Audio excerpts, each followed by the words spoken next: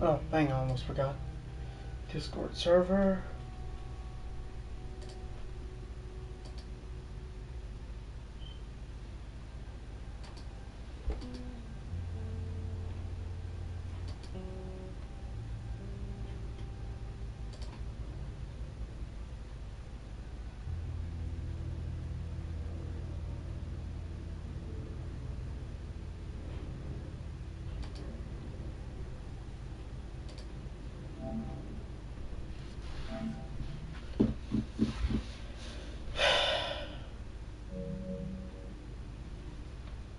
Okay, that's better. I have to connect for a bit.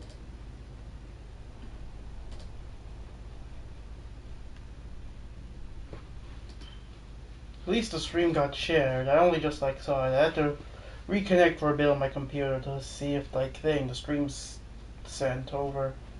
Still connecting, by the way. I need to use YouTube Studios so I can keep track of the stream. Yep. But yeah, I'm back with more Last of Us. I already finished the game, so there's really not much I can do to play. But there was this thing though I want to check out.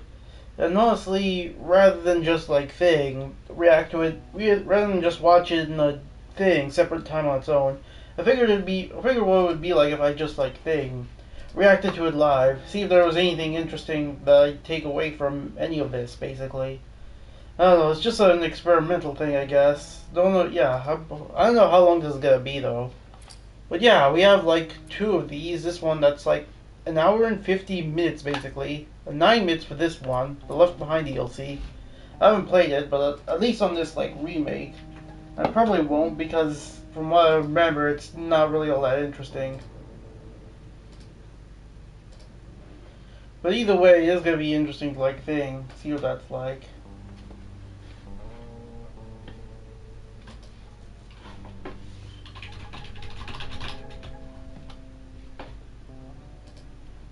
Just get the details like always.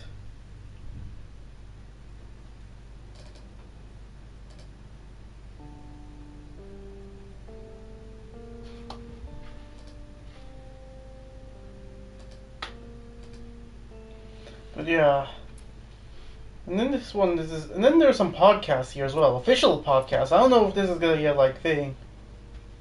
a transcript basically. Okay, it would be. I mean, yeah, there's that. I could read it, but at the same time, I do just want to see what it's like as well.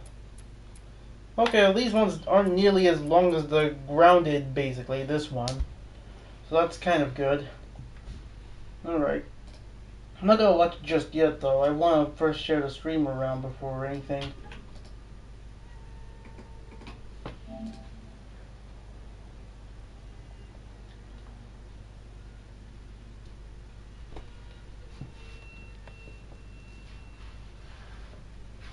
Yeah, thankfully I have more than enough points to unlock these, so yeah, that's not gonna be a problem for me.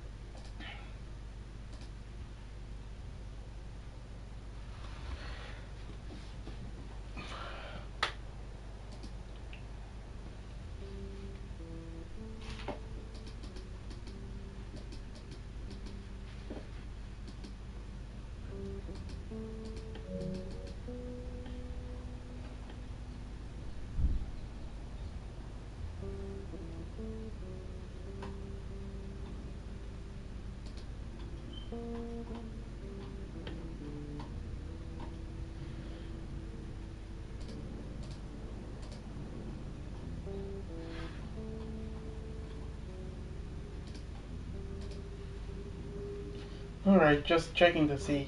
Oops, I had something there that was not supposed to be. Oh yeah, today I'm not at the house by myself, but that's neither here nor there. Anyways, let's just get through this. Oh, almost forgot. Haven't set the quality up right. And I haven't checked the audio actually. Yep, okay, that's all good. Anyways, let's get through this. Let's see.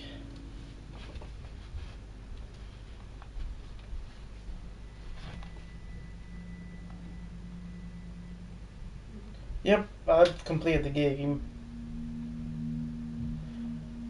Good that it isn't blocked either. Making the new IP is how can I put it? It's just don't do it.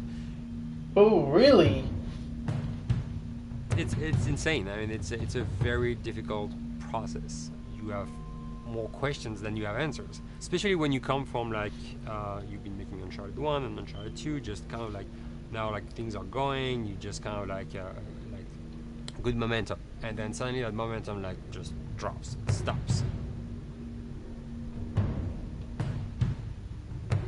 It's a very challenging process to create a new IP, and you're gonna fail over and over again, but that's what it takes. New IPs are really hard. They're hard because you don't know what's fun yet. You're building new tech, new AI, establishing new characters, new art, all this. You don't get that controller in your hand for like 6 months to a year. You don't know what it is yet. I remember like ages ago coming on the project and what are the infected gonna do? Like, what are they gonna do? They're gonna behave like this. I'm like, okay, we're like trying to imagine what's gonna happen. Fast forward like 4 months, they don't do that at all because it didn't work, right?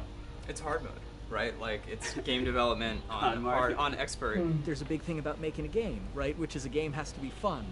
You get your first build where everything's working. You got player mechanics. You can walk around the world. You can shoot. You can melee attack people. You've got the AI in there. They're very intelligent, very difficult, but it's totally not fun because they snuck up behind you and murdered you in a second, and there was no way to figure out what was going on. We're making a game, by the way. Oh, this is interesting as well, especially now we've seen reveal their newest IP, that being Interstellar. So it is interesting to see them and hear them say all this as well. Alright. Kinda wish there was a pause feature on this so I can like pause to react to the stuff they say, specific stuff they say in this. Because this is gonna be a really long one.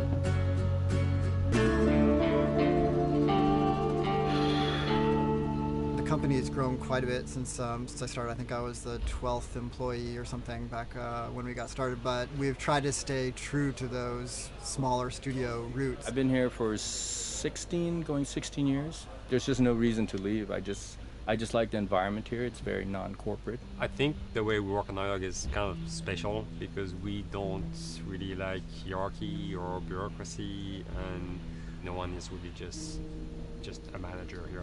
Naughty Dog has a very flat structure. We pretty much all report to the co-presidents and the game directors. I always tell people when we hire them, just like, my job is going to be able to trust you, and that's what I want. I want just to give you something and you go with it, and I know it's going to get done. We believe in iteration, we believe in collaboration, and we believe in the people making the game working directly with each other.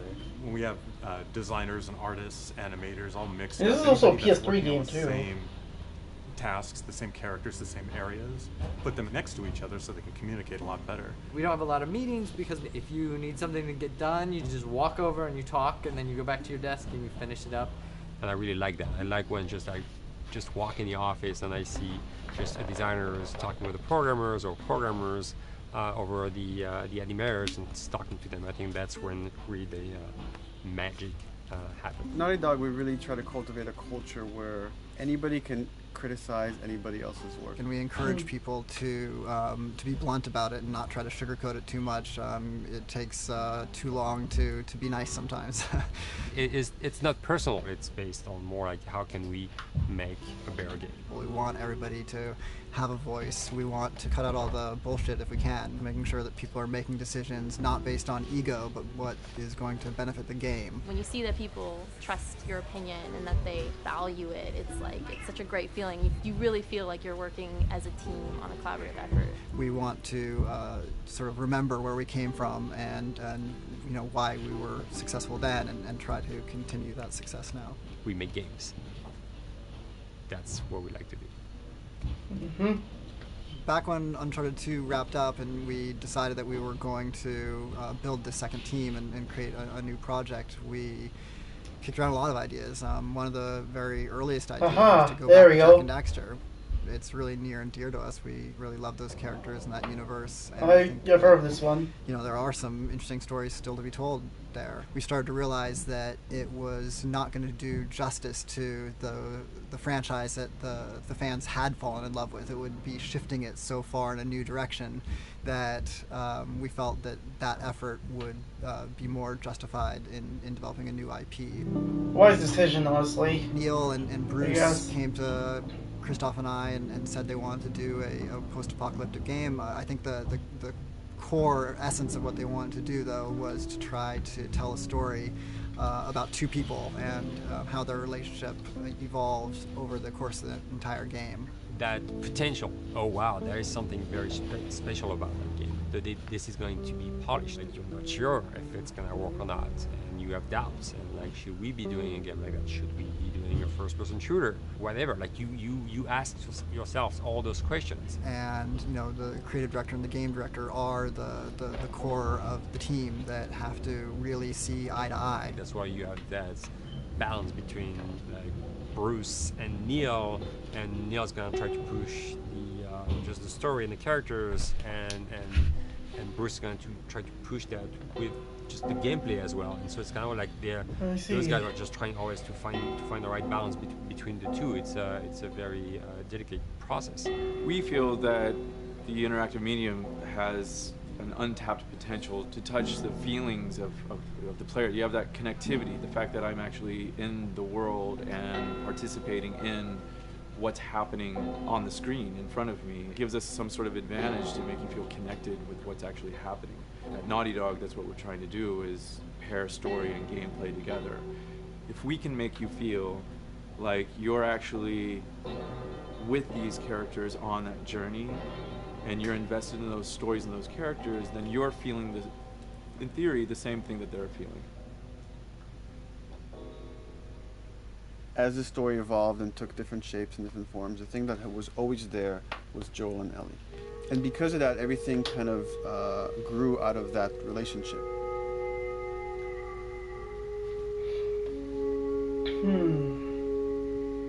We've seen kind of that role of the anti-hero change, especially over the last 3 to 5 years, to where before it was like, you know, the thick-neck mercenary kind of guy. For this game specifically, for this story, we needed something new.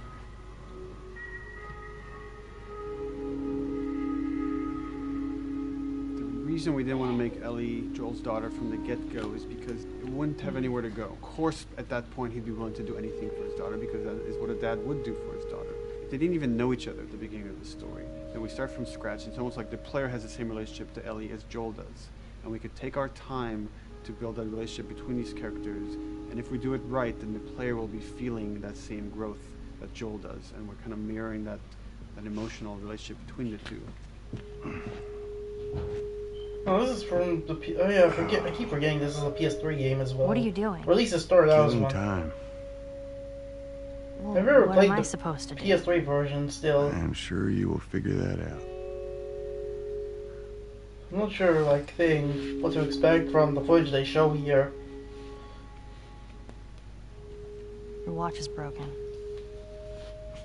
It's exciting that Neil wrote something like this, where he's like, I don't want to make the stereotypical characters. I want to make real people in this crazy situation and these forced to make decisions that are really tough. Like, what would we be like in those situations? I mean, we weren't consciously trying to pick male or female for characters. You just try to pick characters and just be honest with who they are. It almost doesn't matter, right? Joel's daughter could have been Joel's son. Ellie could have been a boy, and Joel might have been Tess. You could have swapped those roles, and I think the story would have still worked. The focus on female strength, it's so unique. You get to see what's so powerful about a woman through all of these female characters. which makes this game wonderful and Yeah, unique. forget those. There's So a crew this is of the same firefighters that'll actor meet you at the Capitol building. that basically would come That's back not to exactly reprise a role in the You're thing, capable. live action adaptation. You hand her off, come back, the weapons are yours. Double what Robert sold me. Speaking of which, where are they? Back in our camp. We're not smuggling shit until I see them. I want Joel to watch over her. Whoa, I don't think that's the best Ellie. idea. Him? How do you know them? I do think having a strong female character, especially like Ellie, is so rare in video games. And as a gamer, and more specifically a female gamer, it's frustrating to me because I'll see sort of the stereotypical female character where she's amazingly beautiful and huge boobs, and she's there to be either the love interest or just because they're like, well, we need to throw a chick in here. We've seen the strong woman or we've seen the weak woman. We haven't necessarily seen the empowered woman from this kind of standpoint. And there's that beautiful scene where Joel finds her inside the house and she's reading through this girl's journal going, is this really what they used to worry about? What shirt do I wear and what boy am I gonna go out with? You know, and to be met with those first world problems that we deal with every day and go, how trivial is all of this? I think it's gonna resonate a lot, not just with, you know, a female audience, but with a male audience as well. The thing that was intriguing to me after the fact is knowing that we're kind of creating a female action hero in a way. That actually looks So pretty sort of good a as strong art. female Not character gonna lie. that is completely normal looking, regular t-shirt and jeans, and she's 14 and she is still a total badass, is really exciting to be part of that. There's so few non-sexualized women in video games, especially in the main role, that we were kind of proud that we were creating one. It's very complex, and without the players knowing it, she becomes the protagonist by the end of the story. And that's why she's in the front of the box, and that's why we've been promoting the two of them together so much. Who's there? It is a dual protagonist game, and yeah, I guess I get nervous to think about it in that way.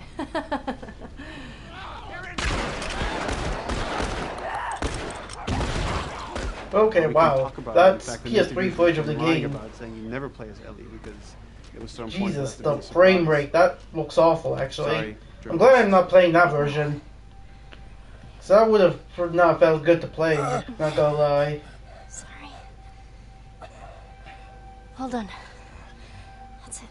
Who knows, maybe one day I might. I might Tone also of the do the same game thing for the was Uncharted set games pretty too. early on that we knew that we wanted to make a really grounded story. We knew that we wanted to make the player feel the sense of tension and dread and go through the same emotional roller coaster that Joel and Ellie were going through. One of the things we kind of struggled with is to say, well, if we want to really ground this world and make it so like realistic, maybe we shouldn't have anything that could be perceived as a monster.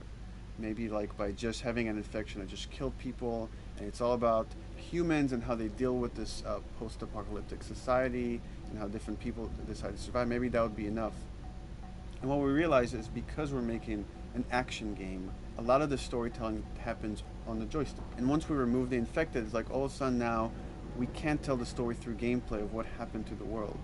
And that's where we kind of went back and kind of brought the infected back in, because it lets you see, once you're fighting them, the threat that people had to deal with. That otherwise would just be very cerebral and people could talk about it, but you couldn't necessarily experience it yourself. In a novel that might work. In a game for us, in a specifically an action game, it didn't. Can't remember that. And from there, when we started kicking around those ideas, and we were just like, what would be cool just to play?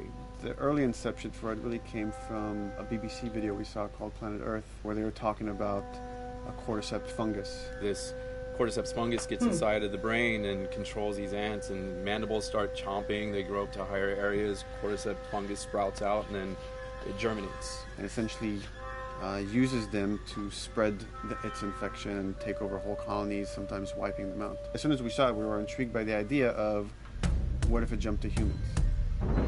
Okay, they bring this up as well in the HBO show.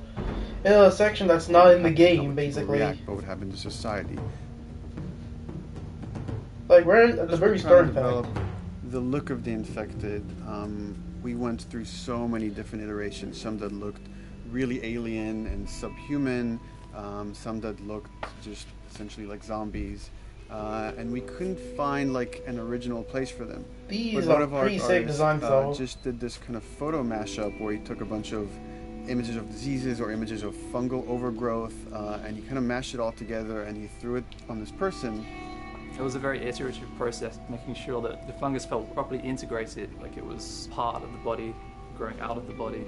And not just fungus growing on the head, but it's tearing the face apart, cleft down the middle, this gaping maw of a mouth with the crooked teeth. And it's in great agony as its humanity and its brain is still somewhat functioning. Maybe you still have some human cognitive abilities or the thought process back here. This isn't some decaying corpse on the ground. This is a living thing that's going to be coming after you in the world. The fungus is always the focal point. So you can see from a distance, oh, this guy's infected. I can tell straight away. In fungus, they have these beautiful saturated colors, and we really like that conscious of this something so horrific that it's going to like stop at nothing. It's relentless force of death, and yet elements of it are beautiful. It's not just about gore.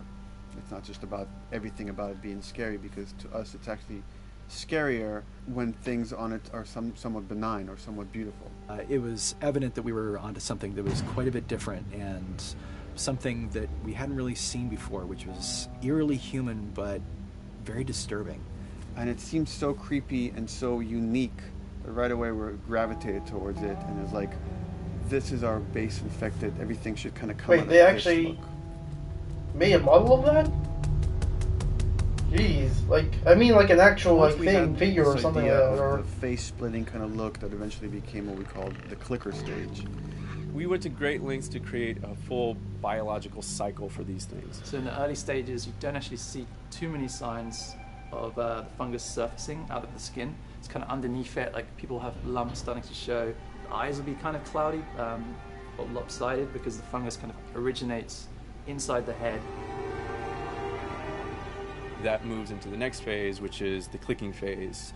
And if they mess with the eyes, we end up saying, well, how do they get around? Oh, echolocation. And they use a form of echolocation to track down their enemies. Just like bats, or even some blind people can see by making a clicking sound, a sound that on its own wouldn't be very scary. And then to associate it with something that people in this world are very fearful of, so that as you're exploring an environment, all of a sudden you hear this click, and you're seeing everybody just get frightened, just everybody duck, everybody hushes. Great.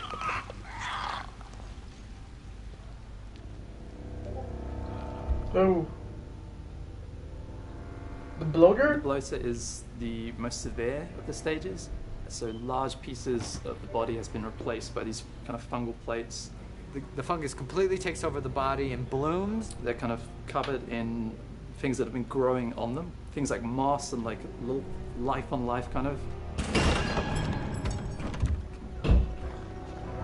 What the fuck is that? Goddamn bloater! When an infected feels like it's going to die, it finds like a dark corner and it becomes part of the environment. The human elements aren't there anymore. And then the body is gone. They lay down and sprout and then spew spores. And if people can breathe those spores, they become infected as well. It all had to kind of make sense of how each stage flowed from one to the other. And that's hopefully how we've created a world that you can kind of look through it and understand the science behind it and say, I could buy this, I could get into this.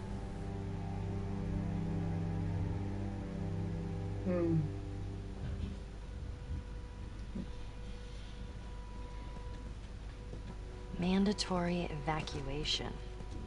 Evacuate to where? What do you think? Quarantine zone. See, some places got a heads up before the infection showed up. Most didn't. Over the course of Joel and Ellie's journey through this game across America, you find all these different societies, all these different enclaves, and you get to see how do they deal with the infected. Without the manifestation of this infection, you can't have these people making those interesting choices.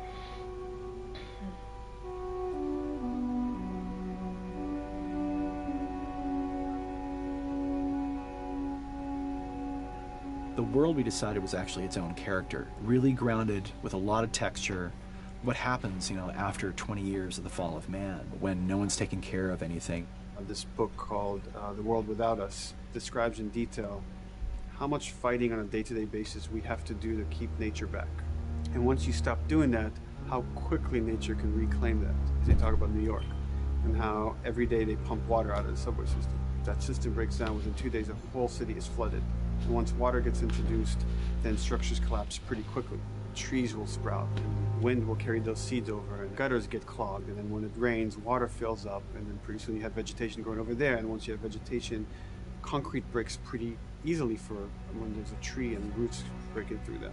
Even some of the stuff we did on Uncharted, exploration of how temples were ruined, what if you took those ideas and put them in Pittsburgh or Boston? And obviously right when that happened, you can imagine that being pretty terrible to look at. But you think about 20 years later, and with rainwater filling up those sinkholes and then those becoming like little marshes with lily pads in them. We had this wonderful piece of concept art we developed really early on, and there are all of these wild animals that have escaped from a zoo and over the past 20 years have bred, and now they have herds roaming these cities. And that's something that tells you that life goes on, and this world is worth saving.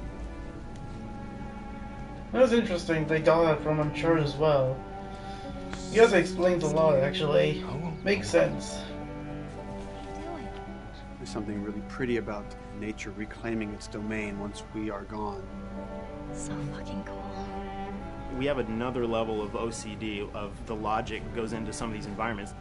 Water damage seeps in, and then that creates some little moss growing on the floor, or a tree radiates energy from its base, and that over time starts to melt the snow around, and that's the reason why you'd see those like rings of leaves showing through in the snow. That gives it that extra, believability. This is pitch art. I'll try to start with an idea that conveys sort of the feel of the environment. Something like this, very brushstrokey, very painterly. You can see not a lot of detail, just energy and conveying a mood. This is sort of just a conversation starter, and then this would be more of an actual space. So you start talking about, is this too tight of a space right here? Would the player even fit through there? Do we even want to include water? Those are conversations you start having a little bit later. And then it usually needs several more passes back and forth in order to be tightened up to be the experience that you see in the final product. So, dude, I was actually trying to figure out right here, there should probably be some dead foliage. It might be cool to see some of the dead stuff around the edges of the green, or like even spilling out into the street. Maybe what we do is, in some of these areas, we use it as like a transition from the actual concrete to the side of the building, so like they're almost sitting on top of a bed of dead foliage, like that really rich kind of like orangey brown color. Sienna or something would be nice. Something real cheddary. That's how you know you're done. The end product often ends up being stronger because that bouncing back off somebody else gives you a result that maybe you wouldn't have even thought of in the first place. All right, here's the bridge. That's our way out of here. As far as concept art goes, definitely the ultimate goal is just helping everybody as much as possible. Me and the background artist will work together. I'll often just go to them because they've got like a really, really good like visual imagination. At some point, you came in almost like flat on, so that's kind of good because the bus station is right in your peripheral view, and you're probably going to enter the bus station. You're probably not going to get lost. But it doesn't at all utilize this cool architecture here, like the bus station. Oh, style. right, this is debug mode. It's That a really kind of distinctive funny. silhouette, and it's a really interesting sort of architectural detail. So we changed the entrance. Look at that. Another city, another abandoned quarantine zone. I think it's a better composition anyway. It's not so like symmetrical. And I think that was done so that this sign read better. If you didn't see the word bus on it, you might not know it's a bus station. So I think it helps. Everything we're doing in the environments is relating back to what you should be feeling in the story or what's happening to these characters. Was that everything you hoped for? Jury's still out. But man, can't deny that view. Come on, this way. When we first came up with Ellie and Joel, we had this idea in our heads of who they would be, but we didn't necessarily know the voice. It took us a while to find our Joel, but for Ellie, I think Ashley was the second or third candidate to walk in, and right away we knew. Yeah, you know Why what? are you so scared all of a sudden? Because I'm a coward, okay? So just get your shit. Let's get out of here. Okay, that was just someone else then. I'm not like her, you know. What? You think I'm gonna end up like your daughter. The way she delivered the lines, the way she just embodied that character is like, that's Ellie, there's no question about it. I saw the character artwork and I related to her a lot. I mean, she's kind of a tomboy and she's kind of tough, and I mean, obviously I'm not 14, and I think that's the main difference between the two of us. I read the scenes and I was like, I need to play this part. You want to be my hero? Forget the whole bit about saving my life. Find me a stack of these bad boys instead. Where'd you get that? Back at Bill's. I mean, all this stuff was just lying around. And then once we had her, we said, okay, well, we're going to do another round, and we're going to have Ashley this time in the casting sessions. The chemistry of these two characters was imperative to get right. Troy was a really interesting casting for Joel, because when you see Troy, he doesn't look like Joel at all. You know, he's so handsome and he had like, you know, the frosty hair and totally looked like Final Fantasy. And so... yeah, I guess I didn't realize until this now. Tall, pretty... it didn't seem right. I walked into the room fully aware that I was the youngest person that they were seeing for this role. It was a line that was in the audition side that says that Joel has few moral lines left to cross. And so that became the anchor point to the character. But then as soon as he spoke, and he had the grit in his voice... Warm, yet kind of dangerous. And his movement is just like, you bought into it. Why are you so scared all of a sudden? Because I'm a big coward, okay? Now pack up your shit and let's go. Damn it. I'm not hurting you now. What? You think I'm gonna end up like your daughter? Lily, you are treading on some very thin ice right now. It was Ellie and Joel. After he read, it was just like, that was it. I've done some video games in the past, but to be handed the mantle of a franchise like this was a pretty big honor. Is she alive? She's alive. She's David's newest pet. Ah! Where? In the town. She's in the town. Is that Nolan North? You mark it on the map. It better be the same exact spot your buddy points to. Neil pulled me aside one day, and he said, I have some It is him. ideas. And as you're well aware, Neil is It makes so much a little sense. twisted. He came up with this character, and you know, I just jumped at it. It was such a departure from everything I've done here for Naughty Dog, to say the least. Name's David. This here's my friend James. We're from a larger group. Women, children. We're all very, very hungry. Be able to put on a voice that, you know, hopefully a lot of people won't know, won't notice that it's even me. Because we didn't want it to be Drake. Drake eating people, that's a whole nother game. How did you put it? Once before. Tiny pieces. See you tomorrow, Ellie. You know, certain voices that I can do wouldn't fit the David's artwork, but he showed me the art, and I said maybe it's something like this, where everything's, you know, it's very quiet. And just, you know, he's not really sure, and the voice can break a little. And he just looked and goes, yeah, that's it. So I'd love to tell you, we hashed it over and we talked. No, it just, I looked at the picture and I tried something. He said, yeah. A few weeks back, I sent a group of men out nearby town to look for food. Only a few came back. And turns out that the others had been slaughtered by a crazy man. And get this, he was with a little girl.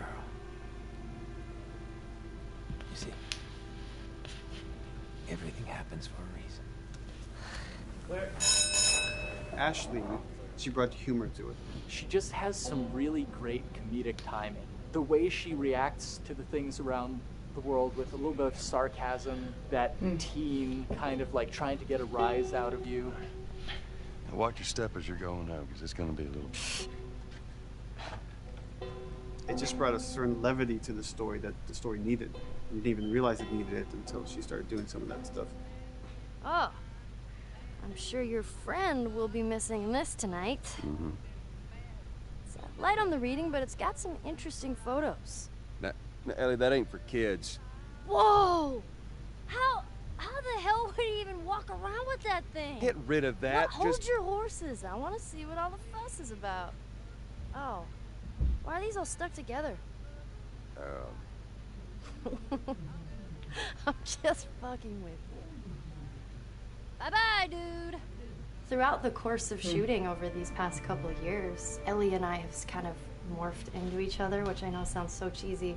Neil always asks, he's like, well, what would you do in this situation? I think the most important thing that Ashley brought is a sense of capability to Ellie's character that wasn't there in the beginning. The very first thing we shot involved her being pulled out of a car and attacked, and Joel was supposed to go save her. It was written that Ellie sort of was just kind of watching on the No side. way, they showed that for like the first reveal they had of the game, I think. I was a little I frustrated. think it was in because E3 I was like, 2012. if this unless were I'm real wrong. life, I would do something. We did a couple takes, and at some point she walked up to me and she said, I feel like I'd hit him. So we added in a part, like, you know, right there off the bat, she's not just this damsel in distress. Right there, she wanted to fight back from her very first day of shooting. We didn't have it right initially. She needs to be more capable than initially we thought she would be, and actually that made us go back and rethink combat and rethink a lot of the areas in the game, and now she was going to take a much more active part.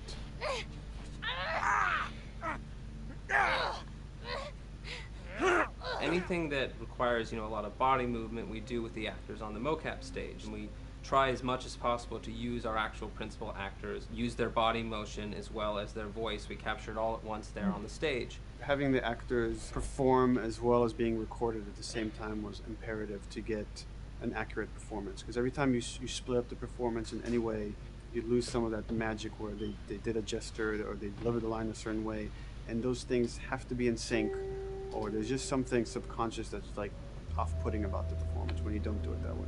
You are treading on some mighty thin ice here. I'm sorry about your daughter, Joel, but I have lost people too. You have no idea what loss is. Everyone I have cared for has either died or left me. Everyone fucking except for you. So don't tell me that I would be safer with someone else, because the truth is I would just be more scared. It gives you the most authentic, most realistic performance, because you're actually there, not just making your own choices, but making your own choices based on the other people that are involved in that scene. So you get this truly natural approach to things, and it shows up. It's like theater in the round. You can do anything from any angle, and the smallest, most subtle thing we'll be able to pick up. Oh, Brendan Scott is Henry. So you have to be as prepared Jeffrey as possible, Pierce. because you have no idea which moments they're going to use. There are these little improv moments and, you know, little nuances that you get that probably isn't scripted, that just comes out of play, you know, while they're performing.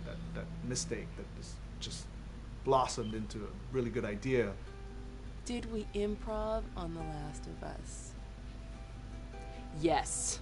Yes, we did. Doing this was a whole lot like being 5 in the backyard with a stick. You know, Yep. and this is my machine gun, and you know, and a pine cone is my hand grenade. It's all your imagination. I'm doing the exact same shit that I did 45 years ago. I just get paid for it now. We square. He does look like I would imagine. And get the fuck out of my town. I don't do a lot of voiceover work, so for me it was nice to be able to work off of your other actors. I can't imagine it working in any other way. I'd never done mocap before. I didn't know what to expect. The suits were crazy. Yeah, the suit gave me wedgies. Huh, not Jared Jeter. Like deep wedgies that I had to pick out with my middle finger. So this is the same guy that does Miles Morales from Insomniac Spider-Man games. Motion capture suit. I look like 10-pound of sausage in a 5-pound casing in that thing, man. Once you get past the fact that like everybody else and you look like weird clown people with these little dots and stuff, once you like give over to that, it really was pretty easy to make it just feel like you're in the moment and in the scene. So everyone that was on this is a slam dunk. This isn't just another gig to them, and that creates a really cool energy for people to really start experimenting and playing jazz. Floor is yours. Action.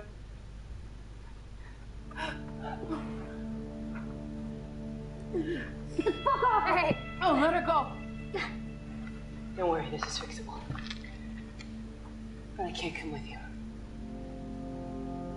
Well, then I'm staying. Ellie, I want Joel to watch over her. Oh, no, no, no. Oh, shit, I have Ellie. no She's got to. I could just take her to the North Tunnel and wait for me there. Jesus Christ. Just cargo, Joel. How do you know them? You know, we craft the scene out until it has a good feel, and then we pass it off to animation to clean it up. Real life motions don't necessarily always translate into gameplay. There's something that's usually missing, so we have to, maybe enhance the gesture or enhance the shoulder movements or a breath that you want to be able to feel, but you don't really see it, so you can't really feel it unless you see it. Is everything all right? Yeah, everything's fine. I could have him lean in here a little bit more, like this, take his hand down. When they're on stage, they don't necessarily have windows, so that weight of like really pushing and leaning in, that's something that we would have to accentuate. Give him a little bit more weight on that turn, or put his head down a little bit more. There's a lot of dialogue that gets said between the two characters. We have to bring that alive through animation, and we have what we're using as gestures. Why would they mow down all these people? Can't let everyone in. If you turned off the sound, you'd know that they were talking to each other. And that really helps accentuate the relationship that the two have together. We have certain animations that play in the beginning of the game on Ellie. She's traveling with Joel, who she doesn't really know. There's a lot of gestures to make her look nervous, just her overall stance. Later on in the game, they develop a relationship through the animation, not just the dialogue. You can see that she's more comfortable around him. If that reads well with the player, then, we're doing our job.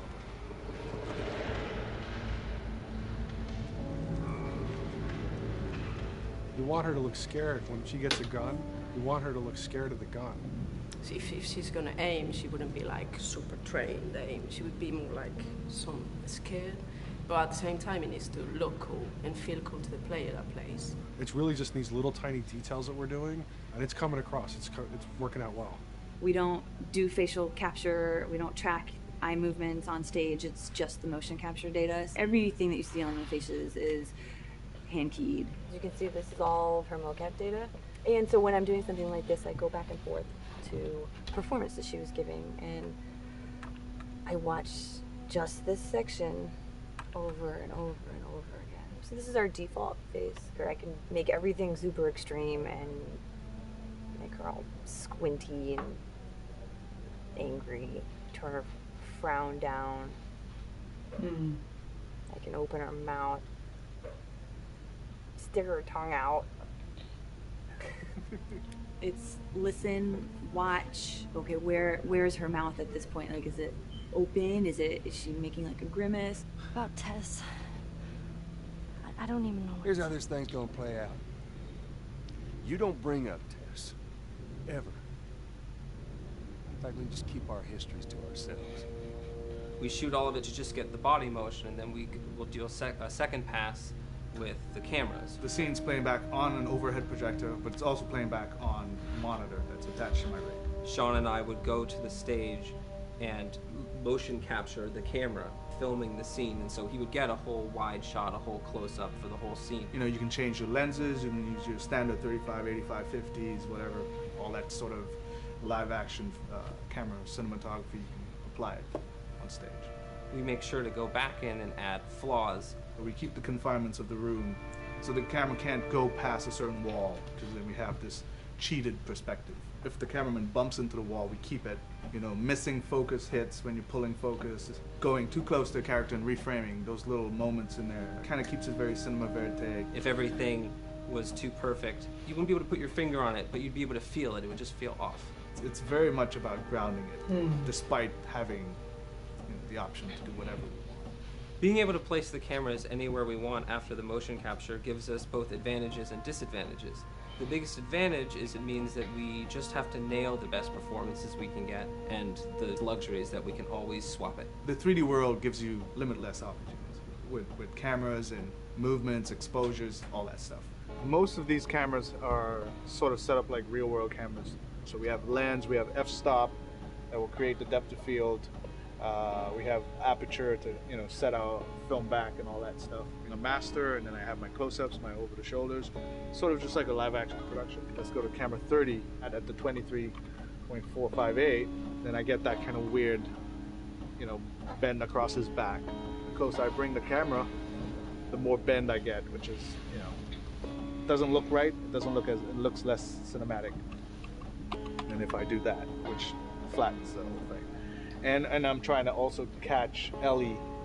Like if you scrub a little more, catch her in the back here. So I want a longer lens of that kind of stuff. Since I've only had experience working with live action before I got into video games, it was a kind of a cool adjustment to be able to have this extra flexibility in post, to swap a line of dialogue for something different, even though that's not what the actors said at that time, and to be able to still have a close-up on them while they said it. You get to make it probably more perfect than you could ever make it in live action. How far are we gonna take As far as it needs to go. Where was this lab of theirs? Because our actors are both the voice and their body, they get to play, they get to try things, they get to work with our director to kind of come up with new ideas, or even our director will have a new idea on the spot that wasn't there in the script, but realizing when he sees it, oh, well, this would actually be better, this might feel better, and those changes all just happen organically there on the set. He could even lead straight into his thing. It's like, no shit, yeah, Ty, we wanted to do that, so we rented 2 Harleys and drove cross country. Keep it pretty succinct, like we got the bikes, rode them cross country. Cool. It's shocking to me that this is Neil's first time directing. There was a specific tone and a specific approach that Neil and Bruce wanted to take with this. It just came down to there's nobody knows the story better than you, and then there's nobody that knows these characters better than you. Why don't you just do this? He and I actually had a conversation about it. He says, I think I'm gonna try this myself, and I'm not sure. Neil was fantastic. The floor is yours. Okay, so remember, you've been running away from this turret-mounted truck. If you come to this dead end, you're going to look up and see a potential way out. And action. Check it out.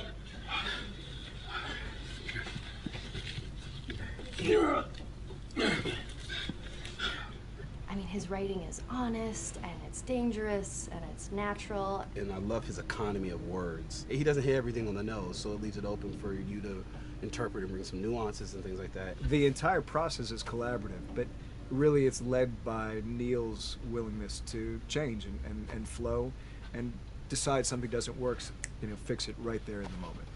And it is something that's very foreign to the way that TV and film is done now, where everything has been micromanaged by the time you get it to the table read, and no one wants you to change anything, and everything's very precious and has been rewritten with notes from 20 people in suits, and you can't do that just anywhere in entertainment these days. Yeah, I want to make sure. I think I swung too far over to this way, and now it's a little bit of making jokes about it. And I need to bring it back to center a little bit.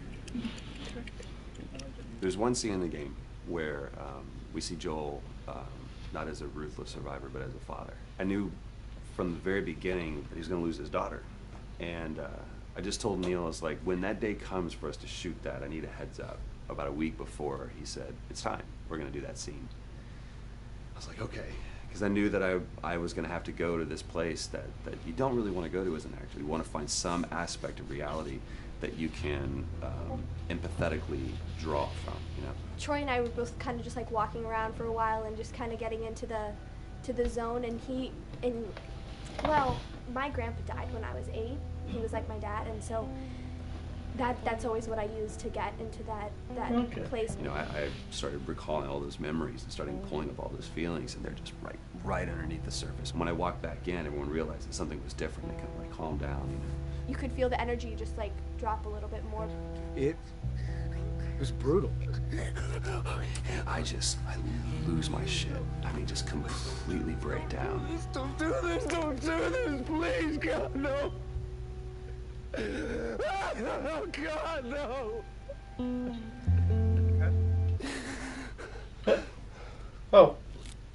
Okay, the music just stopped. Deathly still. That was the first take, and I felt really good about it. And it's like Neil said, okay, let's do it again.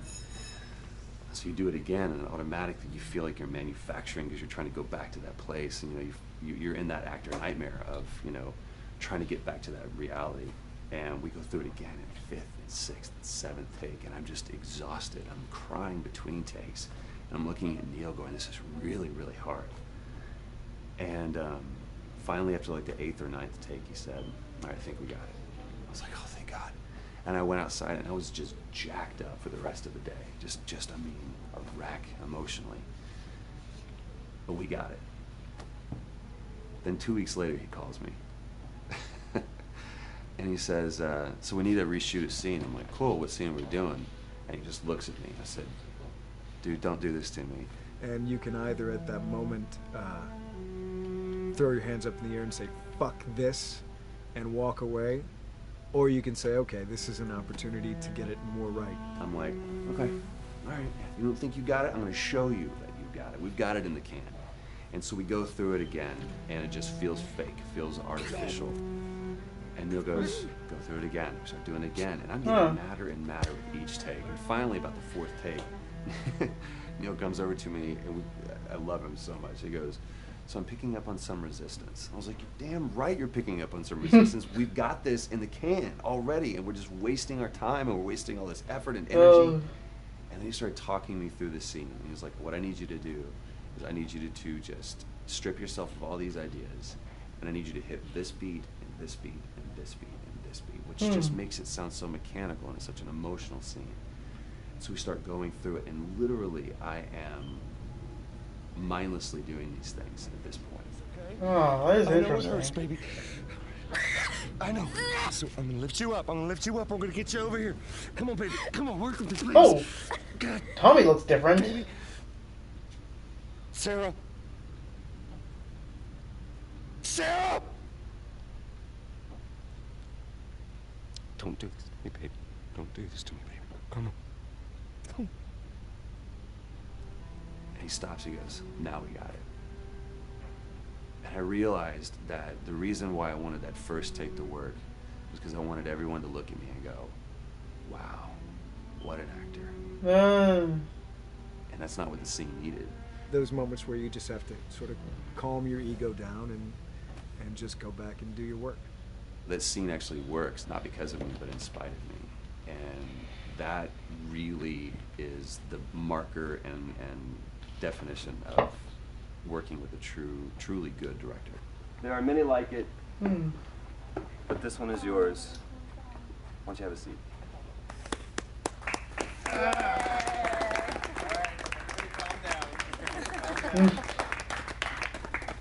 Thanks, guys. Interesting. Director's chair. Working on the project, we knew we wanted to have a pretty minimalist soundtrack. And we had a folder where we just throw music in there. Looked at the folder one day and we saw we have a lot of stuff here from Gustavo Santaolalla. We're looking for a composer. What if we reached out to him? Oh, no. Sarah. Move your hands, baby. I know, baby, I know. Listen, baby, I know this week. You're gonna be okay, baby. Stay with me. Alright, I'm gonna pick you up. I know, baby, I know it hurts. Come on, baby, please. I know, baby, I know. Sarah. Baby.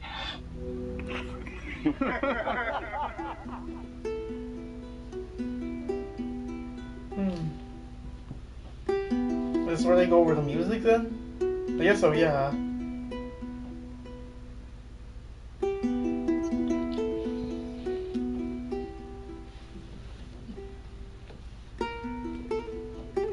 My life has been and still is kind of like a road movie. I grew up in Argentina. I came to the United States in 1978 because we had a horrible political situation in Argentina. We had a military dictatorship where 30,000 people disappeared at the hands of the government and many other more were tortured, and I was blacklisted. It was just impossible for me to keep on living there. I've been in jailed many times since I was probably 15 years old just because I had long hair and I play an electric guitar. So I had to embark on this trip. I can relate to that kind of need of movement and going to the next place and the next place and the next step. I'm always attracted to the possibility of getting involved with a project from the very beginning. I like to work from the script and talking to the director. It's never been, oh, give me a piece like this, or give me a music that's this. It's just been very high level. Here's what the story's about. Here are the themes. Go write some stuff. Since I don't know how to really read or write music, but the way I produce music is actually recording it. So I like to come early in the projects, and I did in The Last of Us.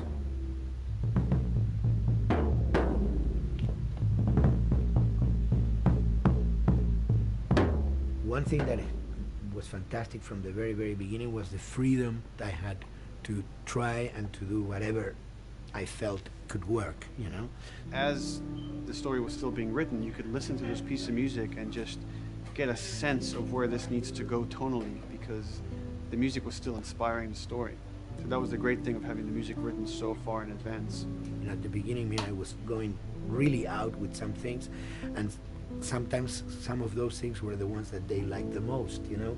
So I really felt very motivated to work, and I enjoyed immensely working. It was this very organic back and forth experience where one element was inspiring the other and vice versa. I needed to go into some more dark places, more textural and not necessarily melodic.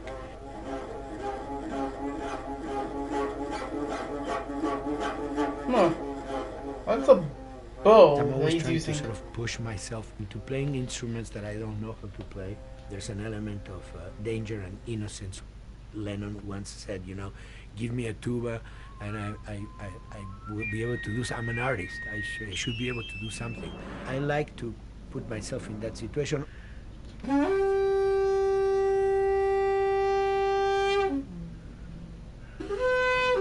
So these are just PVC pipes that we're using in construction.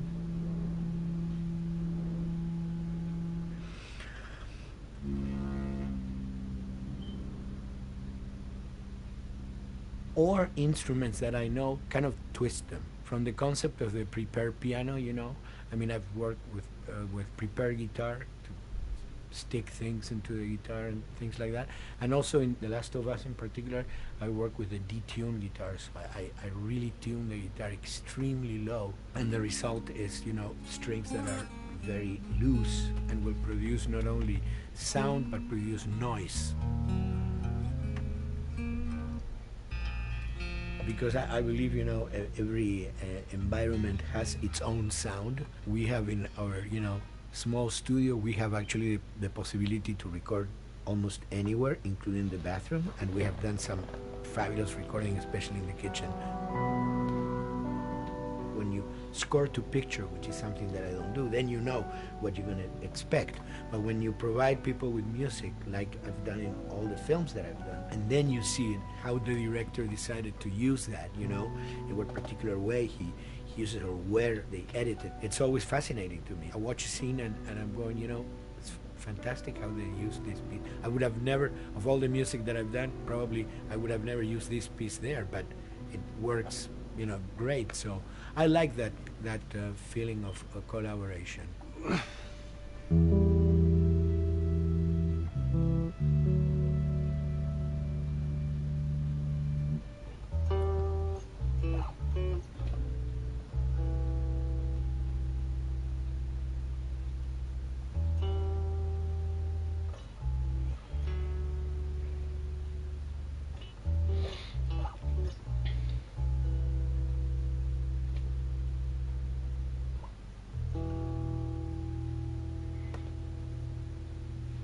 I think, you know, the guys also that work in programming and adapting that music to the game, they should share a lot of the credit for the end result. In the beginning, there was silence. Yes. Then they hired sound designers. Then they regretted that decision.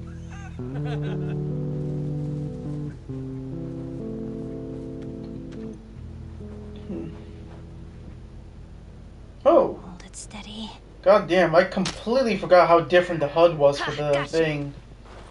That's not how it plays in the remake. In a much quieter environment like that, we really had to fill out the soundscape with much more natural God sounds. damn, it is so weird to just see footage from the remaster now that I played the remake. Tension comes from the lack of sound in a way. Your brain is thrown off because we're expected to hear buses and crowds. All of a sudden I hear wind and leaves rustling.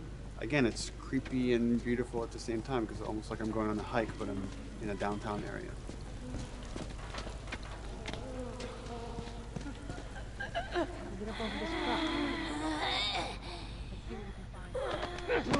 Okay, wow, even the HUD for the original Last of Us is different, actually. Neil, I mean, we were going through the iterations, so he just did not want, like, yells and screeches and what he called, like, you know, kind of witchy qualities, Right. the cackling witch. He didn't want anything like that. It was a little bit of a head scratcher to figure out, okay, how do we make it sound human but not human?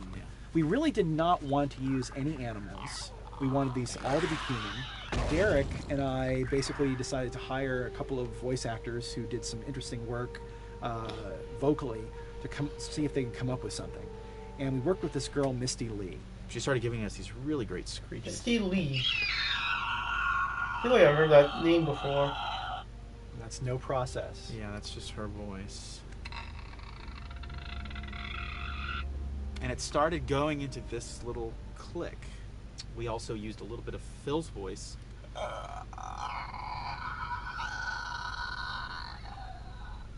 We've combined that also with an occasional...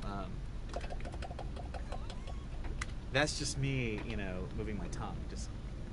And what that kind of did was it sort of grounded it all, like maybe in the mouth area, the wetness, all that kind of stuff. And it adds a nice texture, actually. So this is a composite of all the bits I just told you about.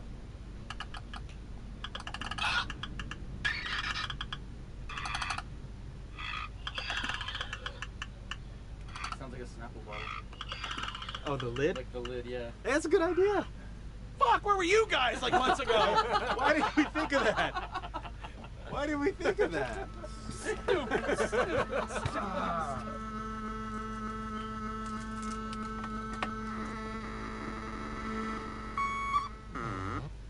Viewers at home, you're probably wondering what this is. Let me tell you.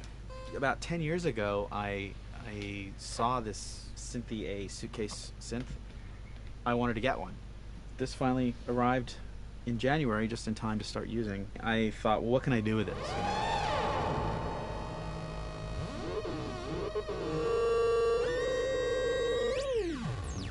In Lakeside, there's a whiteout that happens, and this thing has a noise generator, which gives really convincing wind sound.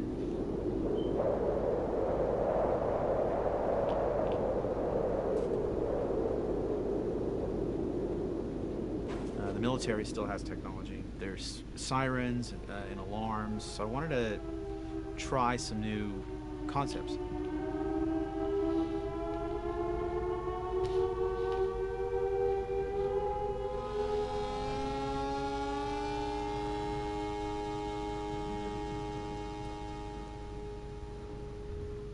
Man. Nothing. It's just... I've never seen anything like this, that's all. You mean the woods? Still does look beautiful, no matter what version of the game this is. I mean, like imagery like this does still look visually appealing, no matter what we're playing this on. Consciously take in consideration lighting in the beginning. Most of the game, we don't really have any real man-made light sources, so everything is naturally lit. In the past, you know, we could use a lot of artificial light, but in a world that has no electricity. We have to hide most of the time, and that requires getting very close to certain assets. Just stay back.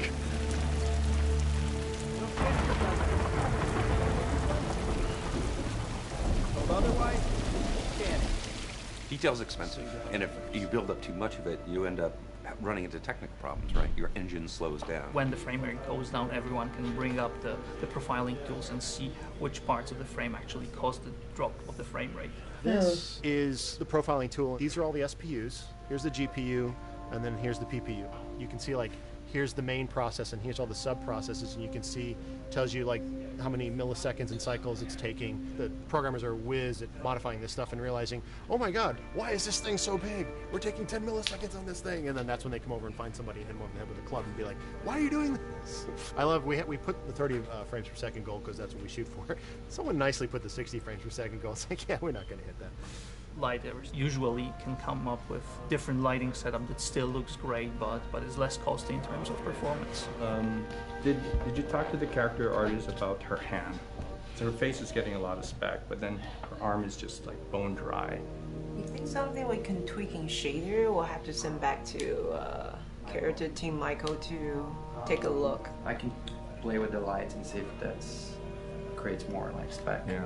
I've never ever focused so much on lighting and how much sensitivity there is to that here. One of the first lighting scenarios I had to do was like 7 a.m. like overcast, and I'd like wake up early and like take photos with my phone. What color are the shadows? What color is the light? It is a master's course unto itself of how to deal with ambient lighting because I've never had to use it so much. Man, this is kind of sad. What is? All this music that's just sitting here. No one's around to listen to it. I don't know. It doesn't seem right. All the characters cast soft shadows onto the environment. Even when there is no direct sunlight or no direct light sources, we still have nice fuzzy shadows. When you're walking down the hallway and you see your soft shadow goes along with you projecting on the wall on the environment, that make everything look real.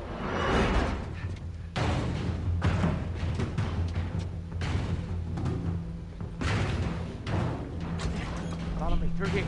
Okay. The flashlight brought a whole new spin on it. So some of the environments end up being really, really dark, and you need the flashlight to get around. Give me your hand.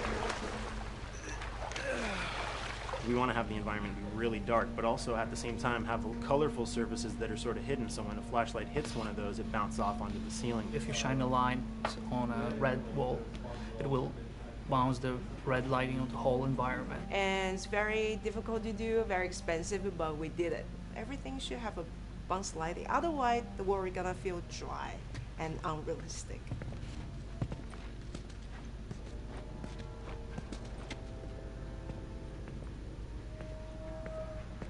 I guess this is where the assholes sleep. I mean, slept. This engine is really driven in a way towards a very high level of cinematic control over each frame. And hopefully, if we achieve our goal, you'll see it is beautiful. There are these truly beautiful moments amid all this chaos and destruction.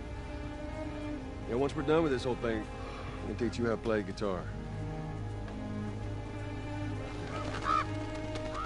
What do you say, huh?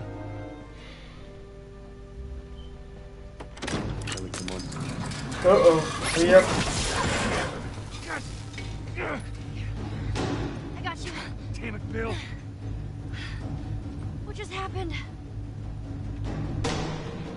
One of Bill's stupid traps. There. That fridge, it looks like that's a counterweight. Okay. The story really dictates sort of the arc of the overall pacing. Storytelling would always want to be subtle. They would always want to keep the world grounded in reality. But gameplay has requirements where the player needs to see this thing. The player needs to immediately know that the enemy is attacking, that this room is dangerous, that this room is a puzzle that you have to solve. What are the things that we can do on the joystick to make you feel the same way that these characters are going to feel when we get to this next pinch point in the story? There's a turn in a scene that we need these characters to take, and we need you to feel it or understand that, and that means you have to play it.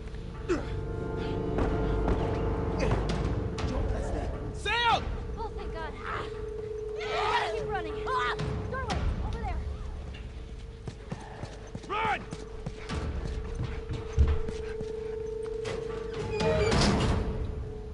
We really want to make sure that there's that contrast between the negative space and then the high tension spikes.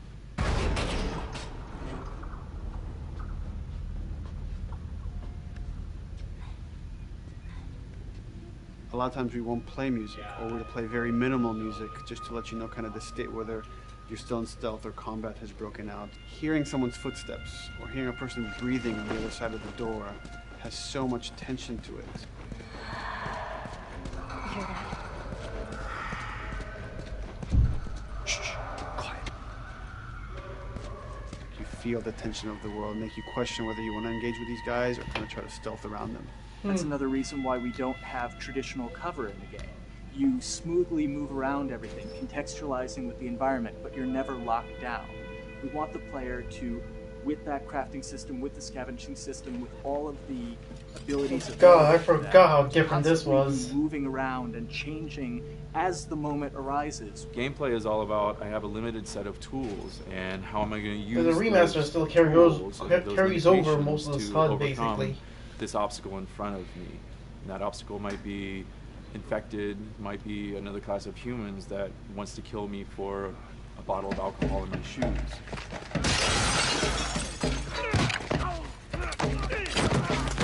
It was important for us that we don't underplay the violence, because then the threat doesn't seem as real.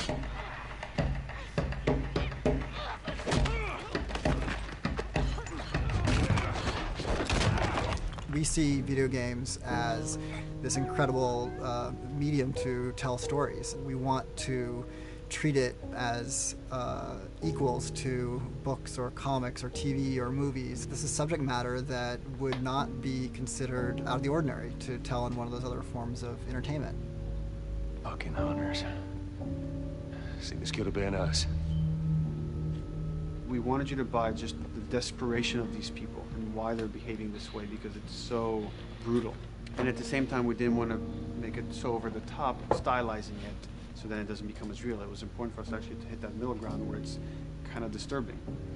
That glint that's happening on that curvature, it'd be good if there was a way that we can guarantee that from this angle we're seeing it. It seems but really it's flat. overall too bright and opaque. Yeah, looks like paint. Yeah, see, the blood on the ground works really well. It's something about the other shader is messed up in this environment. We got to fix that to unify the look. Shouldn't make you giggle or laugh or any of that. You should be kind of appalled by what you have to do, but you understand why you're doing it.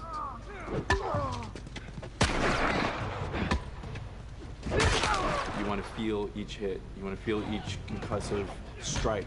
Lives are at stake. You want a death animation to have impactful performance, not just have a guy keel over and ragdoll. In real life, a guy hitting a guy takes a half a second, but in the game world, you want that to be as instantaneous as possible. I lived my whole life in this very ugly test level. I basically just fight dudes in here all the time. Almost every move is divided between like an intro and a swing. And one of the many things I have to end up doing is like counting frames and being like, okay, on frame 18, I want you to get out of here. I want you to be able to start moving.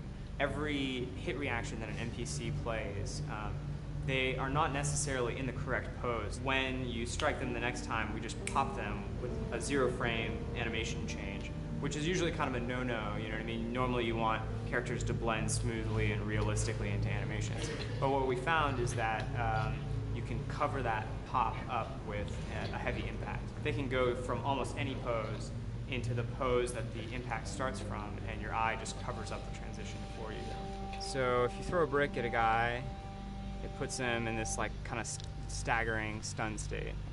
And that changes the moves that you do when you come up and punch him. So now I'm gonna come up and punch him, and now when you're punching him, because you've hit him down, you get this like auto aim moment where you get like a free headshot. I try to make it so that, you know, if you kind of know what you're doing, that you can set yourself up for 1 + 2 = 3. Right here! Memory on a console is a very precious resource. All of Joel's animations with every weapon, all of the NPC animations, the stealth kills, you know, all of that stuff happening need to fit within a 4 meg to 5 meg memory footprint. This is a list of everything that's loaded in game and how much memory it's taking, because memory is our most precious resource right now.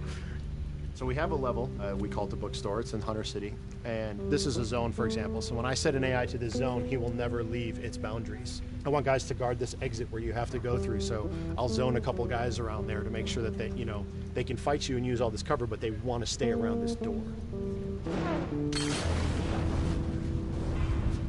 This is another key component of the AI, is what we call the nav mesh. This defines the overall play space of where an AI knows he can or cannot go. Hey look, that's where a cover used to be, and there's a hole cut out for it. I gotta fix that. Here's some other wonderful things. See these little red polygons? Yeah, that means they're not linking right for some reason, so that means they can't really walk through here properly. It's a bug, and I need to fix it. Welcome to my life. Interesting. Hey!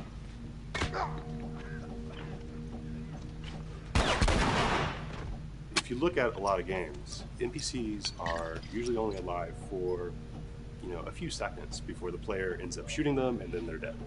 We want our guys to be much more dangerous and much more threatening, which means they have to be alive for longer. They need to exist in the world for longer, which means you as the player can witness them acting out their behaviors for longer.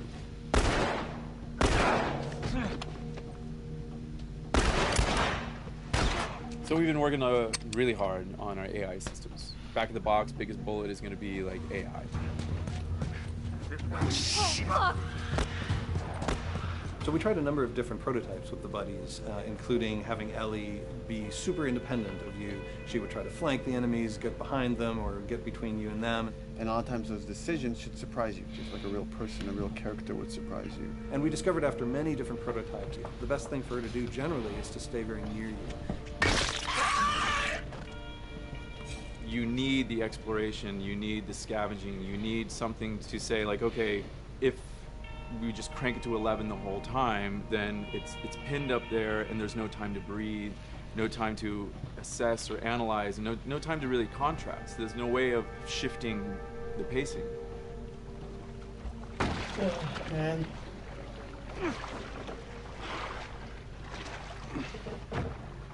Puzzles are really weird, especially like Naughty Dog puzzles. I think they're very simple and satisfying.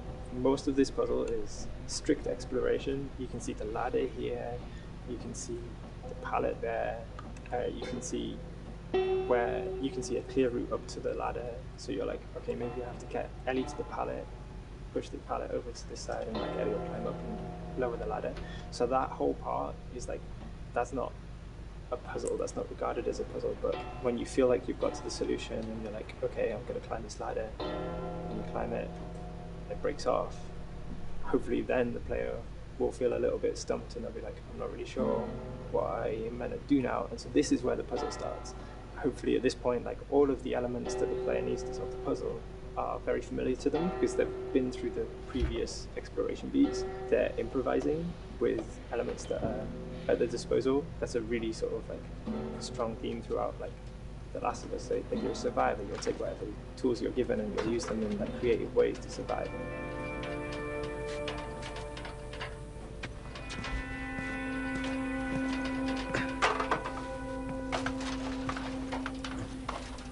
Yeah.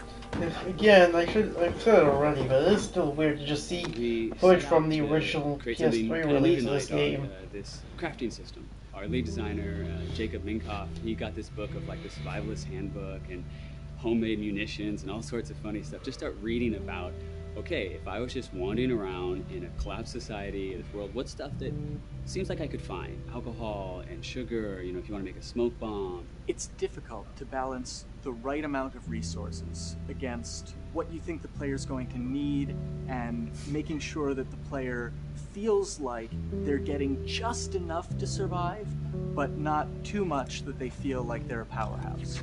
We wanted you to be forced to make some choices in the world that showed how depleted the resources were. So if there's a particular point in the story where the characters are having a particularly difficult time surviving, then we want you as the player to be finding fewer items, farther apart, harder to survive. We will item starve you at the same time that those characters are feeling starved and worn out. Then you expose something to them. Oh, here's a cache, and if I can just get into that cache. Oh, look, there's a wealth of things in here. God, I was so worried. My health was low. If I had run into a combat, because it's always that thing in your head, it's that Hitchcockian thing about the danger that you see is less meaningful than the danger that's in your head.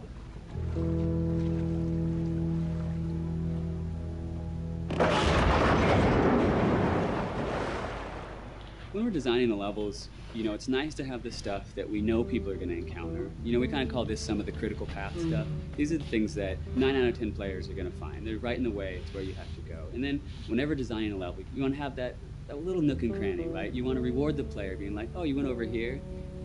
And then you also want to have that other second nook and cranny. The player is supposed to go place a ladder here and climb up through the rest of the hotel. But what they can also do is shimmy across this area and place a really cool upgrade kind of off the beaten path to reward players for exploring.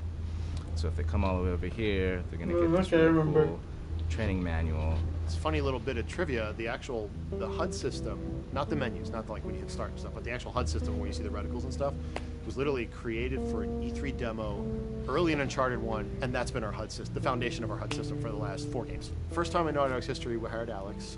She's awesome, and she's got a really good understanding of UI and how it applies to games. The thing that I hate about any game's UI is when it pulls you out of the game for too long. No one wants to spend time in menus. Nobody loves UI, if we're being honest. Weapon slotting has probably gone through more iterations than any other system. The stuff that we finally ended up implementing, you press select, you get into this menu, then you D-pad left and right through the slots, and then D-pad up and down will change the weapon, and then you don't have to press X or anything, you just select out of it. When you're still, like Joel is here, that's fine, but then as soon as you get into an actual situation, so I'm gonna go over here and cause some trouble. Okay, so here they come, oh god. Alright, so now I'm out of ammo. Now I need to get back in that menu. I have to run away from them, get into the menu, get out of it. And it ends up feeling super clunky. Again, okay, I'm out of ammo again. Get out of here. I need to take out one of my other long guns. And now Bill's in trouble. Bill's in trouble over here. And I've got to I'm in a menu now and it's oh shit, whoever designed this UI is so bad. What were they thinking? Bill's gonna die. In theory, it worked, but then in practice, it felt a little clunky. We wanted it to be the absolute minimum amount of button presses. You don't say to yourself, oh, I'm never going to be able to do this in time, so I'm just going to give up. I'll die, I'll restart, let me try again. You want to always make the player feel that there is a way to survive. They can just do this fast enough. And what's going to go in now, if you just left, right, D-pad through this stuff, you swap out your guns, between long gun and short gun. If you're now on this gun and you were to hold X to pick your gun. So it all happens within the same system that you're using to slot the weapons. The first iteration that I did on that was awful. It just took way too long to get in. It was just a mess. QA was so upset at me all the time. I'm sure they hate me now because of that system.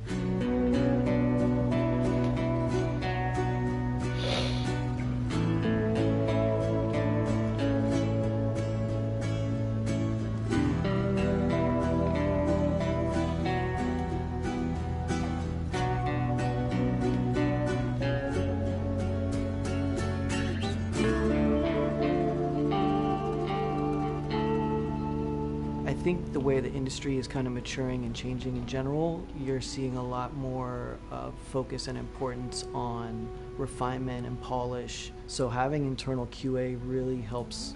The industry is kind of changing from QA being this tighten up the graphics on level 3 bro kind of vibe to really being a more technical, mental investigative job. On the publisher side, it's more reactive towards the code being delivered in a stable, controlled environment. Whereas on the developer side, especially at Naughty Dog, we are going beneath the art and the design. We're given enough weight where we can go up to somebody and be like, look, you have to fix this. Why? Come over, I'll show you. That kind of feedback, I would love to be able to say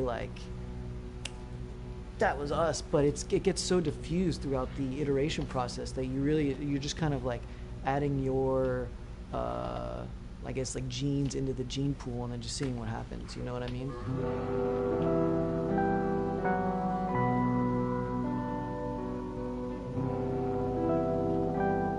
Everyone's working all the time now. But I tell people 7 weeks and then you can have tons of time off, enjoy the sun, you know? But for now it's this is it for everybody. Last 5 weeks.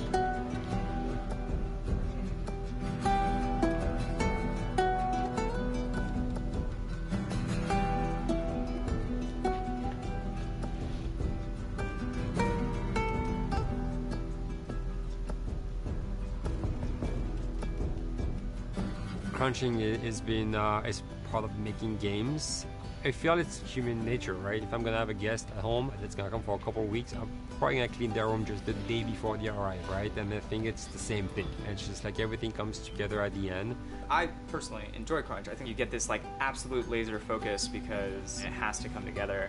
There's a camaraderie that also comes There's a together. camaraderie, totally, yeah. The vibe is everywhere. You know what I mean? Everyone's kind of like giving it 150% at this point. We're getting there, right? You start to get these glimmers, and I don't think anyone who doesn't make games realizes how late in the process you get those glimmers. 1 week before we shipped that press demo, we're all like, this kind of sucks. What's going on here? It's like, we need to dig down and find this. And in 1 week, the fun came together. Like you're shooting at a guy and then somebody flanks you and you hit him and you avoid the other guy who's shooting you and then you flank and go behind cover and you're like, oh, that 5 seconds in that 15-hour game was really, really fun. How do we make that 5 seconds happen thousands more times? My favorite video game is making video games. It is as challenging and as complex and as interesting. If we had to like try all the things that didn't work, what's hard about crunch? It's like marching through that swamp of it not working. I mean, nothing's ever really final because you can always make something better. Always. So we're constantly changing and constantly reiterating and trying to make it better and better and better pretty much until we ship. As an artist, you're never really happy with your work. You could be given like 100 years to work on something, you'll still find things to nitpick and things to fix. Yeah, you can work on the game for 10 years and you'll still be crunching at the end. So it's like, okay.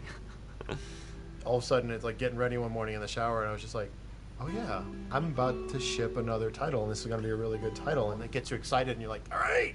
Do I think the game's gonna be good? Yeah, it's gonna be awesome. I think it was good a little while ago, and now we're gonna make it extra kind good. of amazing. Yeah. What it will take to get there in these next 5 weeks, it's gonna be a lot.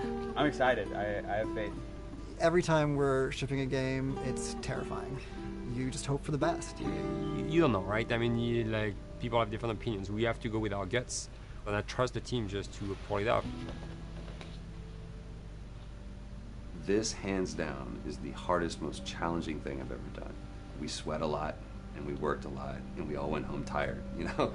But I think that's you're gonna see that on the screen. I think it's gonna pay off. Oh, interesting. Ellie. Ellie. What? The ladder. Right.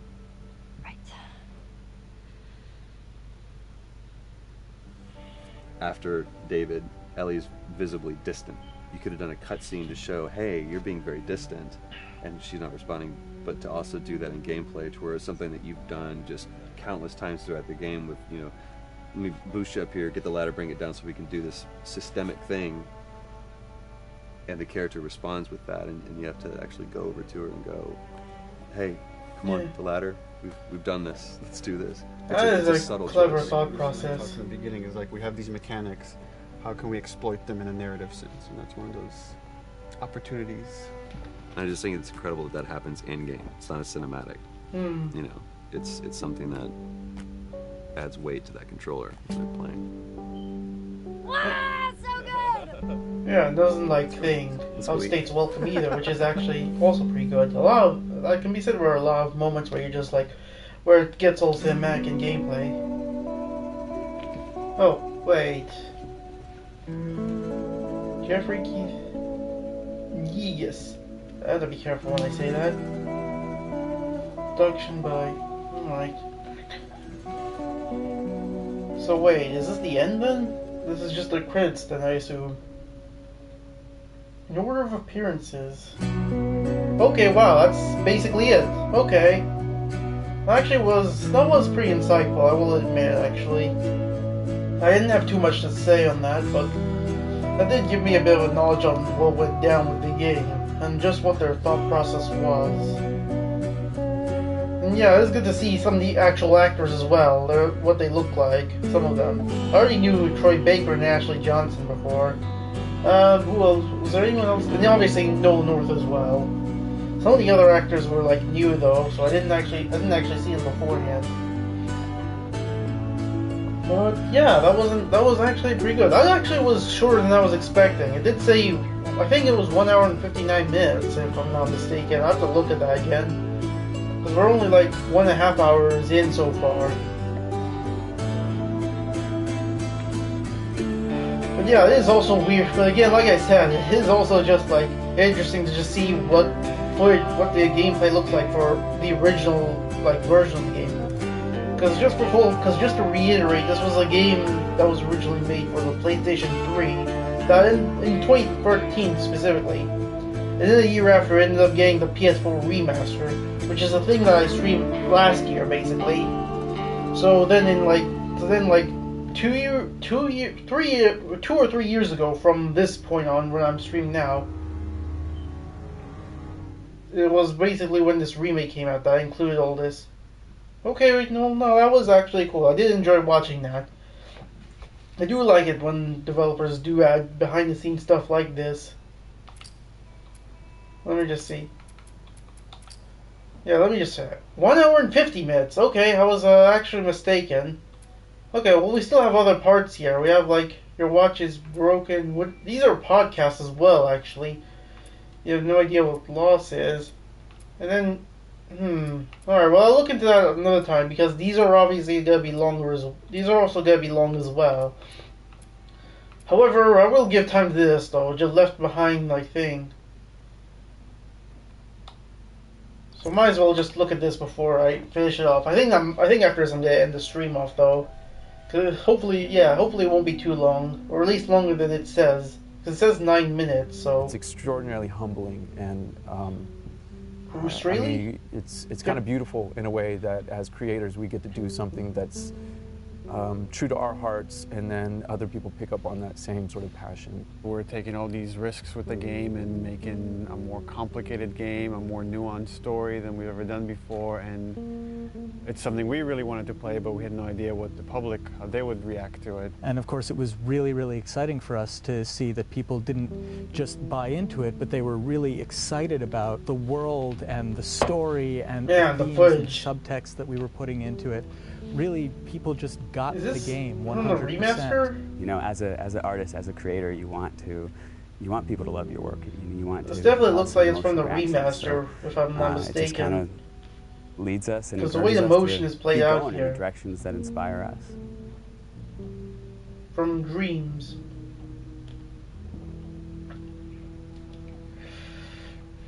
The Last of Us American Dreams, the graphic novel we released through Dark Horse, co-created by Faith Erin Hicks, the co-writer and amazing artist on that comic book. And it introduces the character of Riley.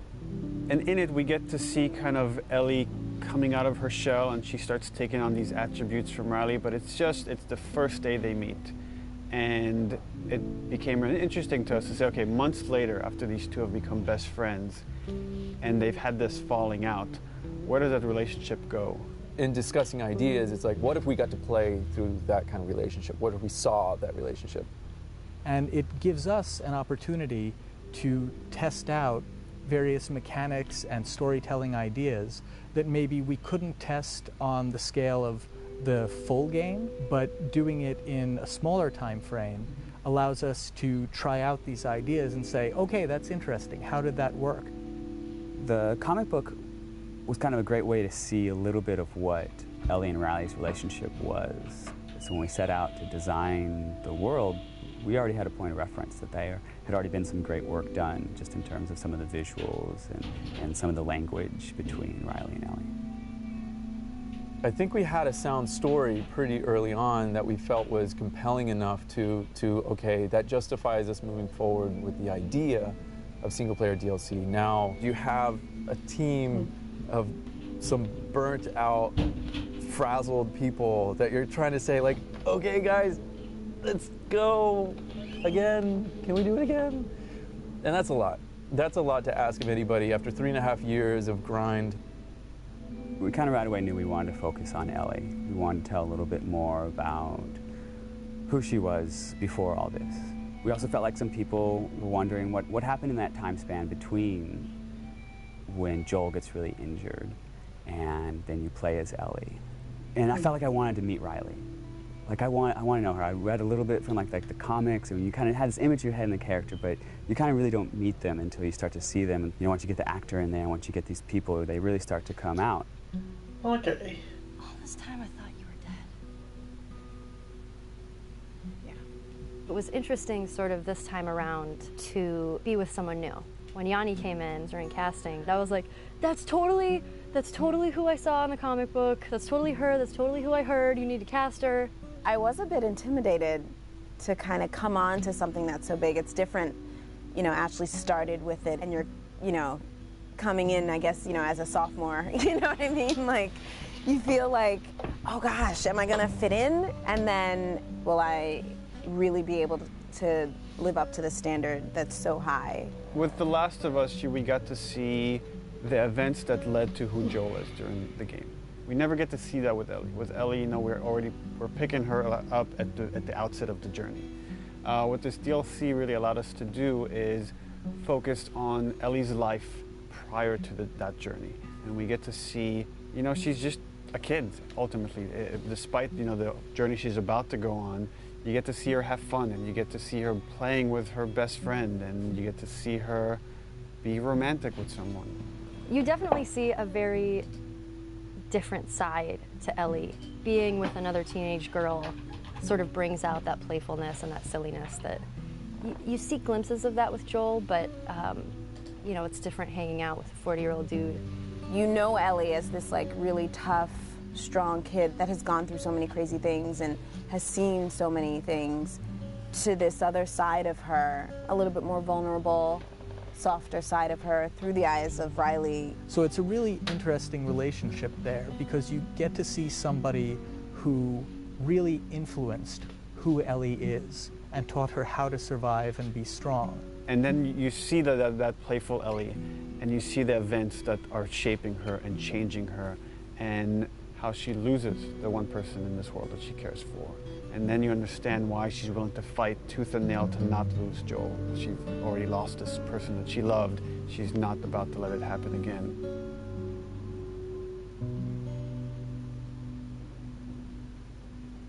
There was a lot of gameplay where we kind of challenge ourselves to say, okay, how do we add tension? How do we add core mechanics to two teenage girls that have snuck out of this military dorm and are being playful at a mall? There are large portions where there is no combat, where we're really focusing on the narrative connection between you and an allied character. What's really important to us is how we parallel the player's emotional experience in the characters and vice versa. We want you to always be feeling the way that the characters are feeling. What the fuck are you looking at? We look at contrast a lot whenever we're trying to create pacing of things. And you can't have your lights without your darks, your highs without your lows. So while we're looking at the Ellie storyline, we also want to contrast that with what's happening in the desperation of Joel. So the combat is kind of an extension of the obstacles, the barriers inside of her way that she needs to overcome. Something new we wanted to do with the combat this time was we introduced David's people, sort of the cannibals in the university. By pulling David's crew into the mall, we also thought it would be intriguing to create some new technology where we had the infected fight the humans. We developed a number of setups, combat setups, during the DLC where the player has the opportunity to pit those two sides against each other. And for us, this was really interesting because this allows you to use one faction as a weapon against the other. That was probably one thing I did like about that. Use these distractions almost as bait or as lures. So that creates this whole new way to think about a combat space and to think about ways that you move around. But it still drives home that idea that it's a desperate world and you're trying to survive in it. The main themes that we're playing with, I think, are love and loss and, on some level, devotion. What lengths do you go to protect the ones that you care about? If you never know if you're going to die tomorrow, in the next hour, in the next few minutes, every moment spent with those you love is a moment to cherish. The relationship between Ellie and Joel, it dealt with survival, it dealt with loyalty, and ultimately it dealt with love. The love of a parent to a child or a child to a parent. The DLC is not that different. In this world, all you really have are your relationships and your friends. I mean, that becomes everything. And I think that's sort of reiterated in the DLC. One of the great things about Last of Us was how much people related to Ellie and enjoyed Ellie and saw her as this strong character. And here we'll get to see how her time with Riley has become that, and something that propelled her to be able to go on this journey with Joel. Oh, okay, I guess that was it then. I could watch another one, but at the same time, I know it was gonna take a while, so yeah, I probably might save that for another stream. How many do we have, actually? Let's see. We have this one. That's 59 minutes. That's like 1 hour, another hour. So that's like, So it'll be like 1 hour and 50 minutes, I guess. 1 hour and 50 minutes. Man. That would be like, let's see, 109 minutes. God damn, I'm not very good at counting all this. But you know, just in case, I might just save that for next time. Although, there's one thing I want to check real quick. Oh, okay. I can actually pause this whenever I'm... Okay. That's good. I just wanted to check on that. So, now that's good to know for next time then. But yeah, I'm definitely gonna react to this on my next stream in the day. Hopefully I'll be able to get all of them, hopefully I'll be able to watch all of them for today, at least. On today's, next stream. So for now, I'm probably gonna end it here, just on the behind-the-scenes videos. These are the official podcasts as well. Transcripts can be found in their website, apparently, which is gonna be interesting. But for now, I'll just end it here, so yeah. Thanks to anyone who dropped in. I'll be back again, so yeah, it's not gonna be that long, so don't worry. But until then, well, stay safe, everyone.